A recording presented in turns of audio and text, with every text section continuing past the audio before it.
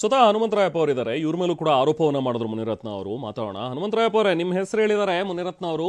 ನೀವು ಕೊಲೆ ಮಾಡಿಸೋದಕ್ಕೆ ಜೊತೆಗೆ ಕುಸುಮಾ ಅವರು ಕೂಡ ಇದಕ್ಕೆ ಕಾರಣ ಇದ್ದಾರೆ, ಕೊಲೆ ಮಾಡಿಸ್ತೀರಿ ನೀವು ಅಂತ ಹೇಳಿ ನಿಮ್ಮ ಮೇಲೆ ಆರೋಪ ಮಾಡ್ತಾ ಇದ್ದಾರೆ. ಏನ್ ಹೇಳ್ತೀರಿ? ಈಗ ಧನ್ಯವಾದ ತಮ್ಮ ಟಿವಿನವರು ನಮ್ಮ ಹತ್ರ ಮಾತಾಡಿಸ್ತಾ ಇರೋದಕ್ಕೆ.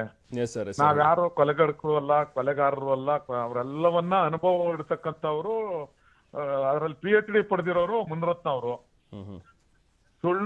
ಸುಳ್ಳು ಕೇಸ್ಗಳನ್ನ ಹಾಕ್ಸೋದು, ಗಾಂಜಾ ಇಟ್ಟು ಕೇಸ್ ಹಾಕ್ಸೋದು, ಮಹಿಳೆಯರನ್ನ ಉಪಯೋಗಿಸ್ಕೊಂಡು ಹನಿ ಟ್ರಾಪ್ ಮಾಡೋದು, ಅಧಿಕಾರಿಗಳಿಂದ ಹಿಡಿದು ಪೊಲೀಸ್ ಅಧಿಕಾರಿಗಳಿಂದ ಹಿಡಿದು ಬೇರೆ ಮುಖಂಡಗಳನ್ನ ಹನಿ ಟ್ರಾಪ್ ಮಾಡಿಸ್ತಕ್ಕಂಥದ್ದು, ಅವೆಲ್ಲಾ ವಿಷಯಗಳಲ್ಲಿ PhD ಪಡೆದಿರ್ತಕ್ಕಂಥವ್ರು ಮುನಿರತ್ನ ಅವರು.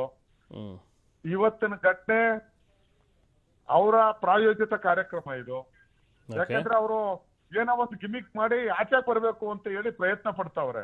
ಅವ್ರು ಹೇಳಿದ್ರು ತಮ್ಮ ಚಾನಲ್ಗಳಲ್ಲೆಲ್ಲ ಹೇಳಿದ್ರಿ, ನಾನ್ ಆ ರೀತಿ ಬೈದಿಲ್ಲ, ಆ ಹೆಣ್ಮಕ್ಳನ್ನ ನಿಂತಿಲ್ಲ, ಯಾವ್ದು ಜಾತಿ ಹಿಡಿದು ಬೈದಿಲ್ಲ, ಅದೇನಾದ್ರೂ ಪ್ರೂವ್ ಆದ್ರೆ ನಾನು ರಕ್ತ ಕಕ್ಕೊಂಡು ಸತ್ತೋಗ್ಬಿಡ್ಲಿ, ಪ್ರಮಾಣ ಮಾಡ್ಲಿ ಅಂತ.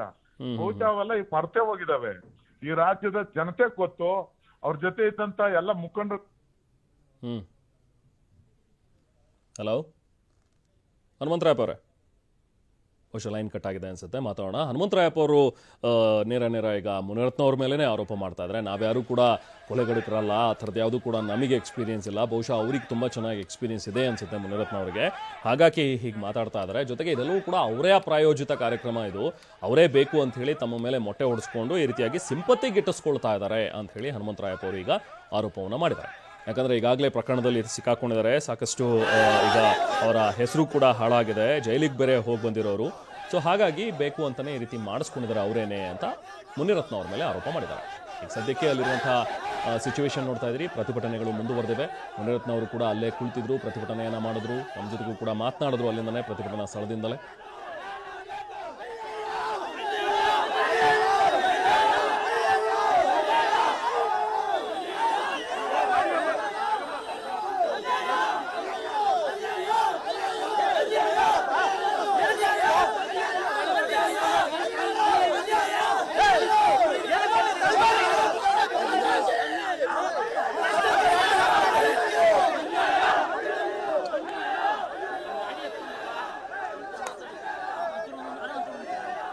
ನಾವು ಮಾತಾಡ್ತಾ ಇದ್ವಿ ಹನುಮಂತರಾಯಪ್ಪ ಅವ್ರ ಜೊತೆಗೆ. ಹನುಮಂತರಾಯಪ್ಪ ಅವರ ಹೇಳ್ತಾ ಇದ್ರಿ ನೀವು, ಇದು ಕೃಪಾಪೋಷಿತ, ಅವರೇ ಬಹುಶಃ ಹೇಳಿ ಮಾಡಿಸ್ಕೊಂಡಿದ್ದಾರೆ ಅಂತಿದ್ರಿ ನೀವು.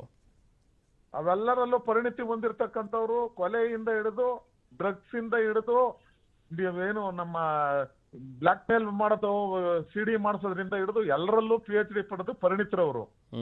ಸೊ ತಮ್ಮನ್ನ ತಾವು ತಮ್ಮ ಚಾರಿತ್ರವನ್ನ ಸಾರ್ವಜನಿಕರ ಜೀವನದಲ್ಲಿ ಉತ್ತಮ ರೀತಿಯಲ್ಲಿ ನಡ್ಸ್ಕೊಂಡು ಹೋಗಕ್ಕಾಗದೆ ತಗಲಾಕೊಂಡು ಈಗ ಅದರಿಂದ ಹೊರಬರಬೇಕು, ಸಾರ್ವಜನಿಕರ ಸಿಂಪತಿ ಗಿಟ್ಟಿಸ್ಬೇಕು ಅಂತ ಮಾಡ್ಕೊತಾ ಇದಾರೆ ಅಷ್ಟೇ.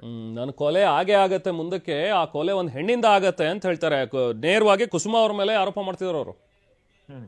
ಅವರು ಮೊದ್ಲೇ ಪ್ರಾಯೋಜಿತ ಕಾರ್ಯಕ್ರಮ. ಅವ್ರ ಒಂದ್ ಮೀಟಿಂಗ್ ಅಲ್ಲಿ ಹೇಳ್ತಾರೆ ಅವ್ರ ವರ್ಕರ್ಸ್ಗೆ, ಯಾರಾದ್ರೂ ಒಂಚೂರು ಆಸಿಡ್ ಹಾಕ್ಬಿಟ್ಟು ಮೊಟ್ಟೆಲ್ ನನ್ ಕೊಡ್ಬಿಡಿ, ನಾವೆಲ್ಲ ಕಾಂಗ್ರೆಸ್ನವ್ರ ಮೇಲೆ ಹೇಳೋಣ ಅಂತ ಹೇಳಿ ಹೇಳ್ಕೊಟ್ಟಿದ್ದಾರೆ.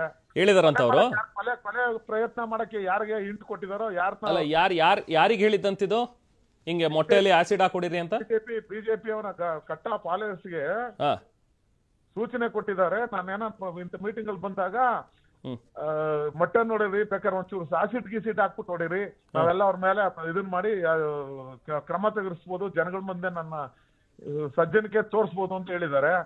ಈಗ ಯಾರಾದ್ರೂ ಅಟೆಂಪ್ಟ್ ಮಾಡೋದು ಯಾರು ಮಾಡಿ ಅಂತ ಹೇಳಿ ಯಾರಿಗೆ ಸೂಚನೆ ಕೊಟ್ಟು ಯಾರು ಟ್ರೈನಿಂಗ್ ಕೊಟ್ಟಿದಾರೋ ಗೊತ್ತಿಲ್ಲ. ಅವ್ರಿಗೆ ಪೊಲೀಸ್ ಬಂದೋಬಸ್ತ್ ಕೊಡ್ಬೇಕು. ಲಂಚ ನಾನ್ ಕೇಳಿಲ್ಲ, ನಾನು ಯಾರು ಹೆಣ್ಣು ಮಕ್ಳು ಮಾತಾಡಿಲ್ಲ, ಚೆಲುವರಾಜ್ ಹತ್ರ ಮಾತಾಡಿಲ್ಲ, ಒಕ್ಕಲಿಗರನ್ನ ಬೈದಿಲ್ಲ, ಅದೇನೋ ಪ್ರೂವ್ ಆಗ್ಬಿಟ್ರೆ ನಾನು ರಾಜೀನಾಮೆ ಕೊಡ್ತೀನಿ, ಒಂದು ಕ್ಷಣ ಇರಲ್ಲ ಅಂದ್ರು. FSL ನಲ್ಲಿ ಪ್ರೂವ್ ಆಗಿದೆ. ಮಾನ ಮರ್ಯಾದೆ ಇದ್ರೆ ರಾಜೀನಾಮೆ ಕೊಟ್ಟು ಹೋಗ್ಬೇಕು, ಇಲ್ಲ ಕ್ಷಮೆ ಕೇಳ್ಬೇಕು. ಈ ಇಂತ ಪಂಡ್ರನ್ನ ಎಂತ ದುರಂತ ನಮ್ಮ ರಾಜರಾಜೇಶ್ವರ ಶಾಸಕ ಅಂತ ನಾವೆಲ್ಲ ಒಪ್ಕೋಬೇಕಲ್ಲ. ಅಂತ ಇತಿಹಾಸ ಇರತಕ್ಕಂಥವ್ರು ಸುಳ್ಳುಗಳ ಸರಮಾಲೆಯನ್ನು ಹೇಳ್ಕೊಂಡು ದಾರಿ ತಪ್ಪಿಸ್ತಕ್ಕಂಥ ಕೆಲಸವನ್ನು ಮಾಡ್ತಾ ಇದ್ದಾರೆ.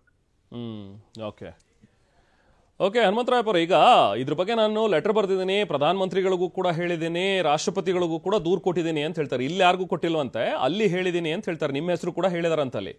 ಅಲ್ಲ, ಈಗ ಇನ್ಯಾರು ಕೊಡಕ್ ಸಾಧ್ಯ? ಬಿಜೆಪಿ ಅವರು ಪ್ರಧಾನ ಮಂತ್ರಿ ಕೊಡ್ಬೇಕು, ಇಲ್ಲ ರಾಜ್ಯಪಾಲರು ಕೊಡ್ಬೇಕು, ಇಲ್ಲ ಬಿಜೆಪಿ ಅಧ್ಯಕ್ಷರು ಕೊಡ್ಬೇಕು. ಯಾಕೆ ಧೈರ್ಯ ಇಲ್ವಾ ಕೋರ್ಟಲ್ಲಿ, ನ್ಯಾಯಾಲಯದಲ್ಲಿ ಅದನ್ನ ಫೈಟ್ ಮಾಡೋದಿಕ್ಕೆ? ಅದೇ ಡೈರೆಕ್ಟಾಗಿ ಕೋರ್ಟಿಗೇನೆ ಹೇಳ್ಬೋದಿತ್ತಲ್ಲ, ಕಂಪ್ಲೇಂಟ್ ಕೊಡ್ಬೋದಿತ್ತಲ್ಲ ಅಂತ ಕೇಳಿದ್ವಿ. ಅವ್ರು ಇಲ್ಲ ಇಲ್ಲಿಂದ ಅವ್ರಿಗೆ ಯಾರ ಮೇಲೂ ನನಗೆ ನಂಬಿಕೆ ಇಲ್ಲ ಅಂತಾರ ಅವರು. ಅದಕ್ಕೆ ನಮ್ಮ ಮೇಲೆ ನಂಬಿಕೆ ಇಲ್ಲ ಅಂತಾನೆ ಇದಕ್ಕೆ ಪೊಲೀಸ್ನವ್ರ ಮೇಲೆ ಇಂಥವ್ರ ಮೇಲೆ ಎಲ್ಲ ಆರೋಪ ಹೊರಿಸಿ ಅವ್ರನ್ನೆಲ್ಲ ಕಪಿ ಮುಷ್ಟಿನಲ್ಲಿ ಹಿಡ್ಕೋಬೇಕು, ನನ್ನ ಮಾತು ಕೇಳೋದಿಲ್ಲ ಅಂತ ಹೇಳಿ ಇಂಥ ದಂಧೆಗೆ ಇಳಿದಿರೋದು. ಅದಕ್ಕೇನೆ ಮುನ್ರತ್ನ. ಅಲ್ಲ, ಇದನ್ನ ಹೇಗೆ ಮುಂದುವರಿಸ್ತೀರಿ ಈಗ ನೀವು ಇದನ್ನ? ಯಾಕಂದ್ರೆ ಅವ್ರು ನಿಮ್ಮ ಮೇಲೆ ನೇರ ಈಗ ನ್ಯಾಷನಲ್ ಟಿವಿಲಿ ಆರೋಪ ಮಾಡಿದ್ದಾರೆ, ನೀವೇ ಕೊಲೆ ಮಾಡಿಸೋದು, ನಮ್ಮನ್ನ ಕೊಲೆ ಆದ್ರೆ ನೀವೇ ಕಾರಣ ಅಂತ ಹೇಳಿದ್ದಾರೆ. ನೀವ್ ಹೇಗ್ ತಗೊಂಡೋಗ್ತೀರಿ ಇದನ್ನ? ನಾನ್ ಎಲ್ಲೂ ತಗೊಂಡ್ ಹೋಗೋನು ಅಲ್ಲ, ನನ್ಗೂ ಇದಕ್ಕೂ ಸಂಬಂಧ ಇಲ್ಲ. ಅವ್ರು ಏನ್ ಬೇಕಾದ್ರೂ ಮಾಡ್ಕೊಬಹುದು, ಯಾರ ಕೈಲಿ ಬೇಕಾದ್ರೂ ತನಿಖೆ ಮಾಡಿಸ್ಕೊಬಹುದು. ಅವ್ರು ಕೊಲೆ ಆಗ್ಬೇಕು ಅಂತ ಅವರೇ ಯೋಚನೆ ಮಾಡ್ಕೊಂಡ್ರೆ ದೇವ್ರ ಇಚ್ಛೆ, ನನಗೂ ಅದಕ್ಕೂ ಸಂಬಂಧ ಇಲ್ಲ. ಮಾನ ಮರ್ಯಾದೆ ಇದ್ರೆ ಅವ್ರೇನ್ ಮಾತಾಡಿದ್ನಲ್ಲ ಅವನು, ನಾನ್ ಯಾರನ್ನೋ ಬೈದಿಲ್ಲ, ನಾನ್ ಯಾರಿಗೂ ಒಂದಿಲ್ಲ, ಲಂಚ ಕೇಳಿಲ್ಲ ಅಂತ. ಈಗಾಗ್ಲೇ ಇವತ್ ಪೇಪರ್ ನೋಡಿದೆ, ಲಂಚದ ಆಪಾದನೆಯಲ್ಲಿ ಪ್ರಾಸಿಕ್ಯೂಷನ್ಗೆ ಸ್ಪೀಕರ್ ಹತ್ರ ಅನುಮತಿಗೆ ಇದಿದೆ ಅಂತ ಬರೆಯಕ್ ಕೇಳಿ ಅವನಿಗೆ ಅನುಮತಿ ಕೊಟ್ಬಿಡಿ, ನಾನು ನ್ಯಾಯಾಲಯದಲ್ಲಿ ಮುಕ್ತನಾಗ್ಬಿಡ್ತೀನಿ ಸುಳ್ಳು ಅಂತ ಹೇಳಿ ಬರೆಯಕ್ ಕೇಳಿ ಸ್ಪೀಕರ್ ಹತ್ರ. ಸರಿ ಹನುಮಂತರಾಯ, ಈಗ ಇಪ್ಪತ್ತಿರೋದ್ನ ಚಾಲೆಂಜ್ ಮಾಡಕ್ ಹೇಳಿ FSL ನಂದಲ್ಲ ಅಂತ. ಅದ್ರ ಬಗ್ಗೆ ಏನ್ ಹೇಳ್ತಾರೆ ಕೇಳಿ.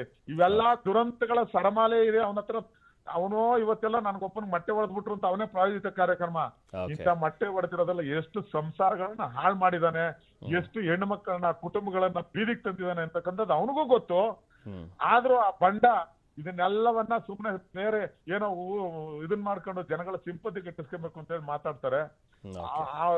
ಇದನ್ನ ಏನು ಮಾಡಕ್ಕಲ್ಲ, ಅವ್ರ ಮಟ್ಟನೇ ಅಂತದ್ದು. ನಾವ್ಯಾರು ಹನುಮಂತರಾಯ ಒಂದ್ ನಿಮಿಷ ಮಾತಾಡ್ತೀನಿ.